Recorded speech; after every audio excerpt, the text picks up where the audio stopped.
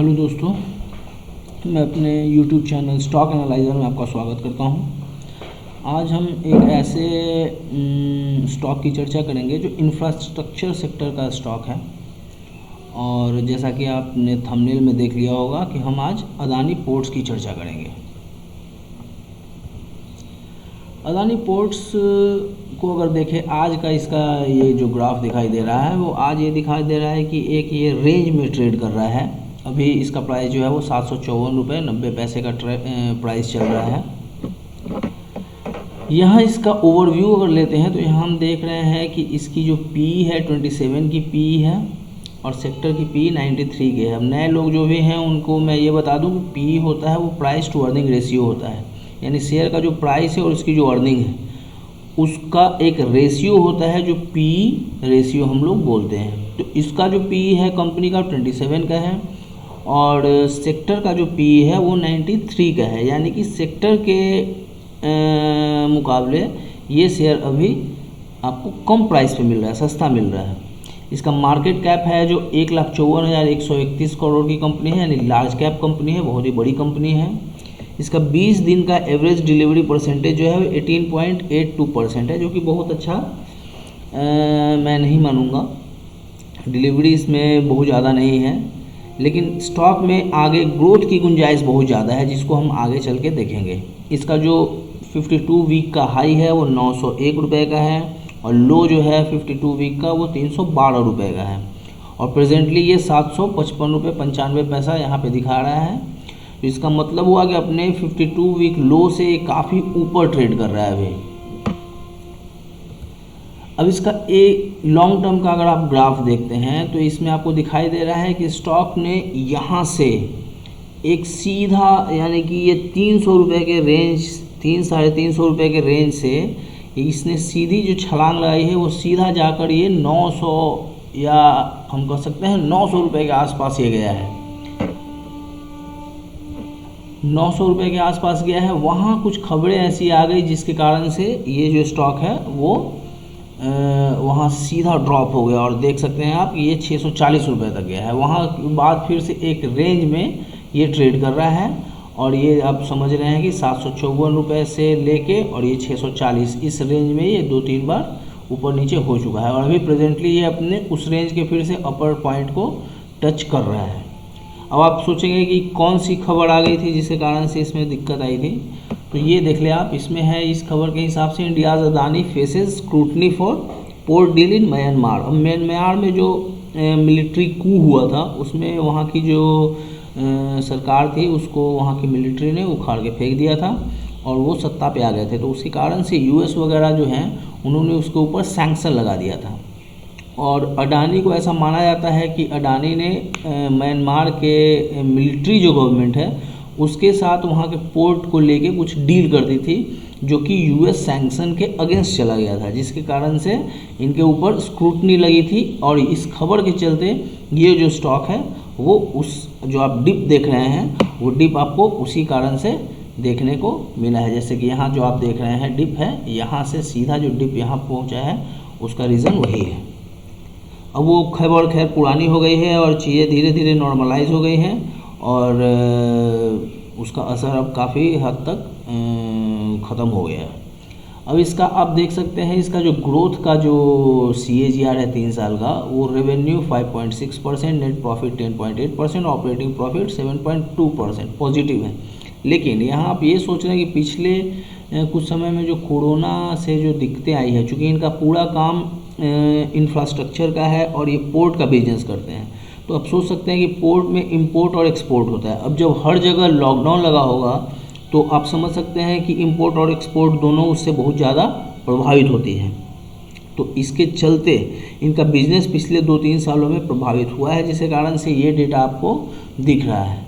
नहीं तो आने वाले समय में एक और बात आपको समझने वाली है कि जिस तरह से अभी पूरे वर्ल्ड में एक चल रहा है कि चाइना +1, यानी कि कोरोना वायरस में दुनिया को ये पता चल गया कि अगर हम सिर्फ अपने माल को उसके सप्लायर के रूप में अगर हम चाइना पे डिपेंडेंट रहेंगे तो ऐसे ऐसे इस तरह के मुश्किल समय में हमें बहुत ज़्यादा दिक्कत आ सकती है। तो वो चाह रहे हैं कि चाइना तो रहे ही रहे, उसके अलावा एक और ऐसा जगह हो जहाँ से हमें अपने माल की सप्लाई मिले, ताकि अगर एक जगह कहीं कोई दिक्कत आती है तो दूसरे जगह से हमें उसकी भरपाई हो जाए और हम किसी के ऊपर ओवर डिपेंडेंट ना हो। तो दूसरी जो कंट्री वैसी है उसको माना जा रहा है कि इंडिया वो कंट्री है जो कि चाइना +1 के इक्वेशन में फिट बैठ सकता है।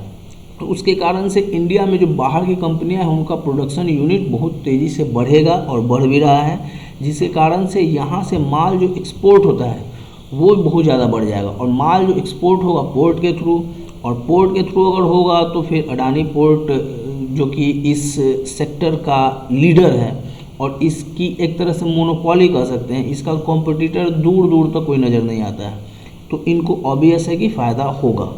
अब यहाँ आप देख सकते हैं कि promoters unplaced 1.57% of share in last quarter. पिछले क्वार्टर में इन्होंने अपने अनप्लेस्ड किया है शेयर को, यानी कि इन्होंने शेयर गिरवी रखे हुए थे उनको इन्होंने अनप्लेस्ड किया है, यानी कि गिरवी रखे हुए शेयर को हटाया है वो 1.5% का। अब सोच सकते हैं आपके प्रोमोटर ने अगर अनप्लेस्ड किया है इसका मतलब कि कंपनी अच्छा बिजनेस कर रही होगी तभी तो अनप्लेस्ड किया है।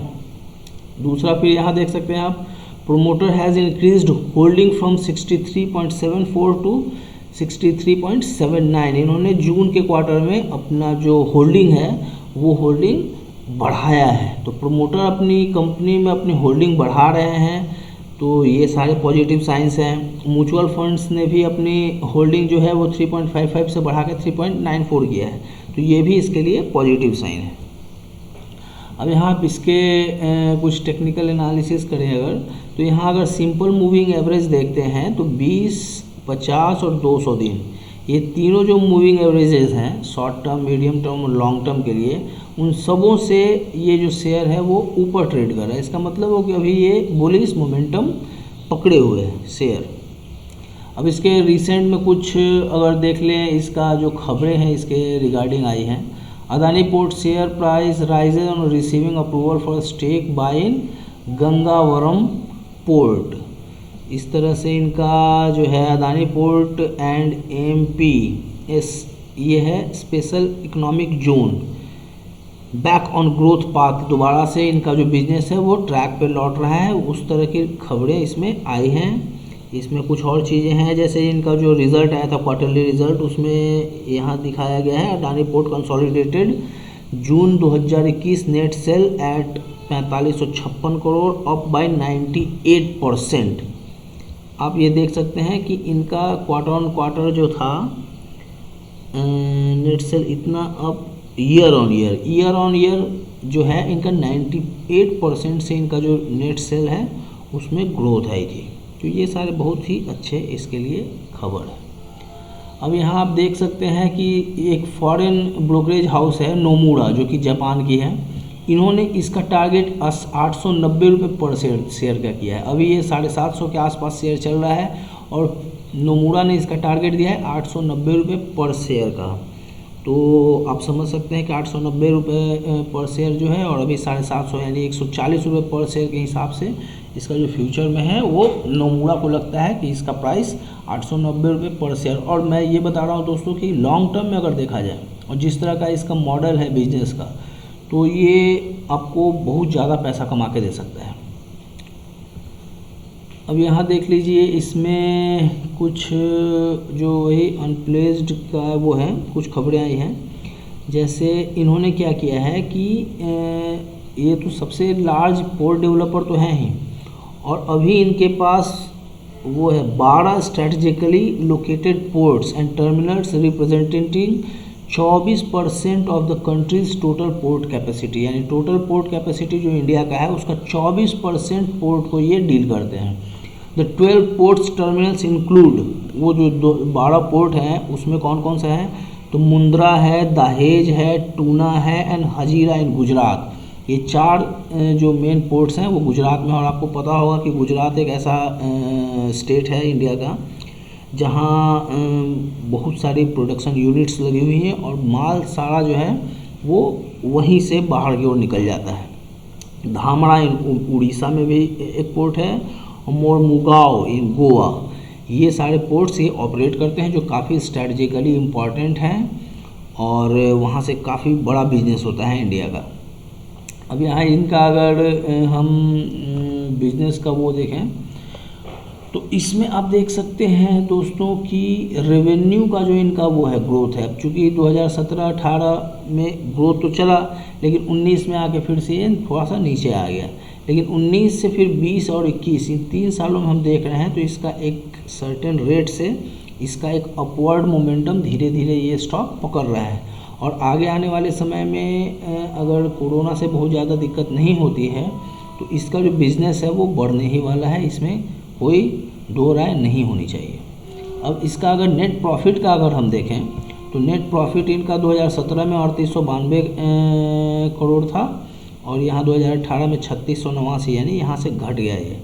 उसके बाद फिर 2019 में 4044 हुआ, वहाँ से 2020 में ये सारे एक कोरोना के इम्पैक्ट है इसके ऊपर 3785 हुआ, लेकिन यहाँ से अचानक से इसने 21 में जंप लगाया और 5063 यहाँ तक ये पहुँच गए हैं। तो थैंक यू दोस्तों, अगर आपको ये एनालिसिस अच्छा लगा हो तो आप वीडियो को लाइक करें और